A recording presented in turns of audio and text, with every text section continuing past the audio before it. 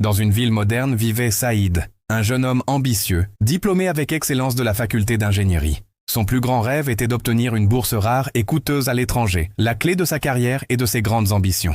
Après des années d'efforts, Saïd fut enfin accepté. Le montant nécessaire pour son inscription et son voyage représentait toutes les économies de son père retraité, ainsi qu'une somme importante qu'il avait lui-même réunie grâce à de petits travaux. Mais, à cette même période, un drame frappa le village voisin. Un incendie détruisit un orphelinat. Heureusement, aucun enfant ne fut blessé, mais le bâtiment fut entièrement réduit en cendres. Les orphelins se retrouvèrent sans abri, dormant sous des tentes précaires. Touché par la nouvelle, Saïd hésita un moment, mais il se concentra de nouveau sur ses valises. La date limite pour payer sa bourse approchait. La veille du paiement, il regarda un reportage montrant les enfants orphelins grelottant dans le froid. Leur regard innocent ne quittait pas son esprit. Il se rappela alors les mots de sa mère. « Mon fils, il n'existe pas de construction plus noble que celle de l'être humain. » Toute la nuit, il lutta intérieurement. À l'aube, il prit sa décision.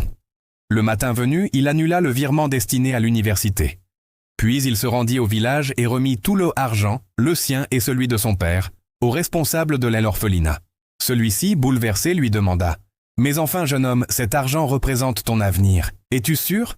Saïd répondit avec un sourire paisible « C'était mon avenir, désormais, qu'il devienne le leur. Le vrai destin n'est pas lié à un pays ni à un diplôme, mais à la volonté de Dieu. » Saïd perdit la bourse. Les gens du village furent partagés. Certains le prirent pour un saint, d'autres pour un naïf. Mais quelques mois plus tard, alors qu'il travaillait humblement dans un petit atelier, il reçut un appel inattendu une grande fondation internationale spécialisée dans les projets humanitaires et ingénierie. Nous avons entendu parler de ton histoire, de ton sacrifice et de ton intégrité. Nous ne cherchons pas seulement un ingénieur compétent, mais un homme de cœur. Ils lui proposèrent un poste prestigieux avec un salaire exceptionnel et la mission de diriger la reconstruction de l'orphelinat qui l'avait aidé.